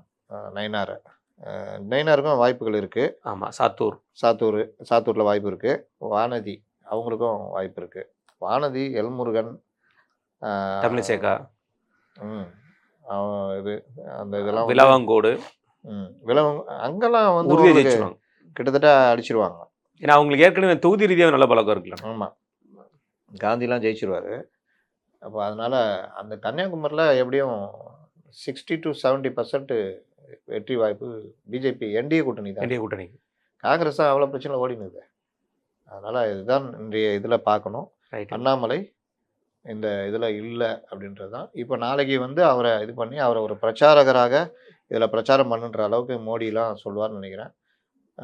பார்ப்போம். ரைட்ண்ணே. இறுதியான ஈரான் போரை வச்சு நம்ம முடிக்க போகிறோண்ணே. ஈரான், அமெரிக்கா, இஸ்ரேலோட வார்ண்ணே. அதில் வந்து நேற்று வந்து பார்த்தீங்கன்னா ஈரான் சைடில் ஒரு பாலம் அடிச்சிருக்காங்க. ஹராஸ் அப்படிங்கிற இடத்துல, தெஹ்ரான்லேருந்து போகிற அந்த இடத்துல உள்ள பாலத்தை அடிச்சு நொறுக்கியிருக்காங்க. அடிச்சுட்டு அந்த வீடியோவை ட்ரம்ப் போட்டு ட்ரம்ப் போட்டிருக்காரு. எச்சரிக்கைன்னு இருக்காரு. இது என்ன புரியல. நாளைக்கு சமாதானம் பேச சோசியல் மீடியாவில் இதெல்லாம் போட்டால் வந்து இந்த வயலேஷனுங்கிற ஒரு கான்செப்ட்லாம் இருந்துச்சு. அது இப்படி இருக்கா இல்லையாங்கிறது தெரிய மாட்டேங்குது. வயலேஷன் சொன்னீங்கன்னா உங்க மேல ட்ரம்ப் கேஸ் போட்டு ட்ரம்ப் கேஸ் போட்டுறாரு. ஈரானும் விட்டு வைக்கல. நேற்று வந்து அமேசானோட டேட்டா சென்டர் அடிச்சிருக்காங்க. அது மிகப்பெரிய ஒரு ஆபத்து. ஏன்னா நம்ம பேங்க் வச்சிருக்கிற ஆப்ஸ் எல்லாத்தையுமே இன்னைக்கு மெயின்டைன் பண்ணிட்டு இருக்கிறது அமேசானோட டேட்டா சென்டர் தான். அது மிகப்பெரிய ஒரு ஆபத்தான சூழ்நிலையில் இப்போ போயிட்டு இருக்கோம். அது மட்டும் இல்லாமல் வந்து பார்த்தீங்கன்னா அமெரிக்காவுடைய இராணுவ தளபதி, ஹெட் ஆஃப் தி இராணுவ தளபதி, அவரையுமே வந்து பதவி நீக்கம் பண்ணியிருக்கிறாங்க. எப்படி பார்க்குறீங்க? கௌரவர் சபையில் விதுரன் விதுரன் வந்து என்ன சொல்லுவார், மகாபாரத போரில் அவங்க கேட்குறது 5 கிராமம், அதை கொடுத்துட்டேன்னா வேலை விட்டு எதுக்கு நம்ம தேவையில்லாமல் அப்படின்னு, துரோகி உனக்கு தேவையில்லைன்னா அங்கே போய் சேர்ந்துடும், நீ வேலை பண்ணுறியான்னு சொல்லி பண்ணுவாங்க. அன்னைக்கு விதுரன் பேச்சை கேட்டிருந்தால் இவர்களும் நன்றாக இருந்திருப்பார்கள், பாண்டவர்களும் அதோட போயிட்டு இருப்பாங்க. மகாபாரதன்றதுக்கே பெரிய அளவில் இருக்காது. ஆனால் பண்ணாதவுடைய விளைவு வந்து இன்னும் பல காரணங்கள் போயிருக்கு. ஆமாம், ஏன்னா கிருஷ்ணர் வேணும்னு அவர் கேட்க, பழகிற வேணும்னு கேட்க, பல இது கௌரவர்களே அழிஞ்சு போனாங்க. ஆனானப்பட்ட கர்ணனே அழிஞ்சு போனாங்க. அந்த மாதிரி தளபதி சொல்கிறாரு, அவருக்கு தான் தெரியும், களத்தில் இருந்து பார்க்குறாரு, இவருக்கு தெரியாது. இவர் பங்கு சந்தை, பையனுடைய கம்பெனிக்கு பங்கு சந்தை எப்படி வேறன்றதான் பார்த்து அமெரிக்க மக்களுடைய நலன்களை, பொருளாதார நலன்களை காவு கொடுக்குறாரு. நீங்கள் பங்கு சந்தைன்னு சொன்னோன்னா அந்த விஷயத்தையும் சொல்லிடுவோம்னு. அதாவது 100% இறக்குமதி வரி போட்டார்னு நம்ம என்ன நினச்சோம், ஃபார்மா இண்டஸ்ட்ரி டெவலப் ஆக வாய்ப்பு இருக்குது போல இருக்குப்பா, டிஃபென்ஸ் எல்லாம் வாய்ப்பு இருக்கும் போல இருக்குன்னு. அப்படியா, இந்த படி அடிராஜன் 100% இனிமேல் வந்து அமெரிக்காவுக்கு வந்து இறக்குமதி பண்ணால் அங்கே 100% வரி கொடு, நம்ம கெட்டியாகணுங்கிற மாதிரி கொண்டு வந்துட்டார். இப்போ அமெரிக்கா இந்த வாரில் கடுமையாக அந்த மக்கள் பாதிக்கப்பட்டிருக்காங்க, பல பிரச்சனை சந்திச்சுட்டு இருக்காங்க. இப்போ அவங்களுக்கு தேவைகளை ஒட்டி அந்த அவங்களுடைய அந்த ட்ரேடர்ஸு மற்ற விஷயங்களை இறக்குமதி பண்ணுறப்போ அதுலேயும் கொண்டு போய் ஒரு குண்டை போட்டேன்னா, நீ ஈரானில் மட்டும் குண்டு போடல, இங்கேயும் குண்டு போடுற. அப்போ அந்த மக்களுடைய 100% வரி போட்டேன்னா அவன் உள்ளே வந்து 100% வரி எப்படி போகணும், யார் தலையில் கட்டுவான். அப்போ இந்த மாதிரி ஒரு மோசமான கொடூரமான ஒரு ஜனாதிபதியை எந்த வரலாறுல பார்க்கவே இல்லை. அதாவது என்ன சொல்றது, அந்த அந்த இவர் சொல்லியிருக்காருல்ல, மேக்ரன் பிரான்ஸ் அதிபர், என்னையா பண்றீங்க, என்ன பேசுற, மேக்ரன் தானே சொன்னாரு. மேக்ரானை பத்தி இவரு என்ன சொன்னாரு, கொண்டாடி அவளை அடிக்கிறாங்க, ஏன் ஜனாதிபதியா நீ, யாராவது அவங்க சொல்லுங்கப்பா, அந்த இதுல சொல்லுவான், டேய் யாராவது அவங்க சொல்லுங்க அந்த ஜனாதிபதி, மறந்து போய் வந்திருக்காங்க சின்ன பசங்க வீட்டு சண்டை மாதிரி, மேக்ரான் உன் பொண்டாட்டி ஒன்னையே அடிச்சுது அப்படின்னா சிரிக்கிறாங்க. என்னையா ஜனாதிபதி நீ எந்த மாதிரிலாம் பேசிட்டு இருக்கிற. இல்லை, அவர் அமெரிக்காவுக்கு போகும்போது அவரோட ட்ரம்ப் வண்டி வருதுங்கிறக்காக ஒரு வண்டியை நிப்பாட்டும் போது அவர் பாட்டு ஜாலியாக போகும்போது நடந்து போவார். ஏன்னா மேக்ரான் வந்து ரொம்ப ஒரு ஹியூமர் சென்ஸ் இருந்தவர். ரெண்டாவது பப்ளிக்ல பீப்புளோட இருக்கிறார். அவர் பாட்டு நடந்து போனார். அதுக்கு அவர் சொன்னது, இங்கே அமெரிக்காவில் எந்த உயிருக்கும் உங்கள் உயிருக்கு பாதுகாப்பு இருக்கும், கவலைப்படாமல் நீங்கள் நடந்து போங்க, ஒன்றும் பிரச்சனை இல்லைன்னு சொல்கிறாரு. இது ஒரு அதிபர் 100 நாட்டு அதிபருக்கு வரவேற்கிற விதமா அப்போ இருந்தே அந்த விஷயத்தை நம்ம பார்த்துட்டு இருக்கோம். ஜெலன்ஸ்கே பண்ணல, பக்கத்தில் சேர் போட்டு உக்காந்துக்கிட்டு கோட்டு போட்டு வரல, எஞ்சி போட்டு ஃபார்மல். எப்போ அவன் ஃபார்மல் கிடையாதுப்பா, அவன் காமெடி. இது ஒன்று. அப்போ நீங்கள் இந்த மாதிரி பண்ணுறது, அந்த ஜனாதிபதி அந்த இவர் தளபதியை இன்றைக்கு சஸ்பெண்ட் செய்திருக்கிறார்கள். உண்மையை சொன்னவன் குற்றவாளி, சதிகாரர்கள்லாம் நல்லவன்ற மாதிரி இதனுடைய பலனை அங்கே அனுபவிப்பாங்க. இராணுவ தளபதியே சொல்கிறாருன்னா இராணுவத்துக்குள்ளே எவ்வளோ பிரச்சனை இருக்கும், அதோடைய வெளிப்பாடு தானே தளபதி சொல்கிறாரு. ஆமாம், நாளைக்கு உங்களுக்கு எதிராக புரட்சி வந்தால் என்ன பண்ணுவேன், இது ஒன்று. அப்புறம் இன்னொருத்தர் சொல்லியிருக்காருல, துணை அந்த பாதுகாப்பு, அமெரிக்கா பாதுகாப்பு, ஒவ்வொரு நாளும் ஒவ்வொன்று சொல்லுங்கிற, இன்னைக்கு என்னதான் பண்ணணும், இன்னைக்கு சொன்னதுக்கு எதிராக நாளைக்கு பேசுகிற, நீ எங்கள்கிட்ட பேசிட்டு அப்ரூவல் வாங்கி தான் நீ பேசணுங்கிற மாதிரி கொண்டு போயிட்டாங்க இதெல்லாம். அதனால் இப்போ இன்றைக்கி ஒரு புதுசாக ஒரு கிளப்பி விட்ருக்காங்க, சவுதி போரில் குதிக்க போகுது. அதுன்னு சவுதி போரில் குதிக்கிறேன்லாம் சொல்லலை, அவன் நான் டிஃபென்ஸ், நான் அடித்தா நான் தடுப்பேன், இது பண்ணுவேன் அப்படின்ற மாதிரி தான் பண்ணிட்டு தான் இருக்காங்க. போகிற முடிவு கொண்டு வந்தான் சொல்கிறான். இல்லை, சில பேர் காணொலியில் கிளப்பிக்கிறாங்க, அழைப்பி விட்டுருந்தாங்க, அவங்க வந்து வீராதி வீரர்கள் மாதிரி இவங்களை சித்தரிக்கிறாங்க. அந்த இதெல்லாம் போய்கிட்டு இருக்குது, அதுக்கு சொல்கிறேன். அதனால் இந்த அமெரிக்காவுடைய இந்த நிலைப்பாடு நாளைக்கே வேறு ஏதாவது மாற்றிக்குவார், பங்குச்சந்தைக்கு ஏற்ற மாதிரி மாற்றி. இந்த லீவ் வேறு வருது, நீ வெள்ளிக்கிழமை லீவ் இல்லைனா 3 நாள் ஈஸ்டருக்கு ஏதாவது ஒன்று கொடுப்பாரு பரிசு. அதே ஞாயிற்றுக்கிழமை ஏதாவது பெரிய அறிவிப்பு இருக்குன்னு நினைக்கிறேன். பங்குச்சந்தை க்ரீனாக இருக்கனால ஆப்பு வைக்கிறதுக்கு பண்ணாலும் பண்ணுவார். ரைட், நம்பிக்கை. நன்றி, நம்ம நேரத்தையும் கருத்தை பார்த்து.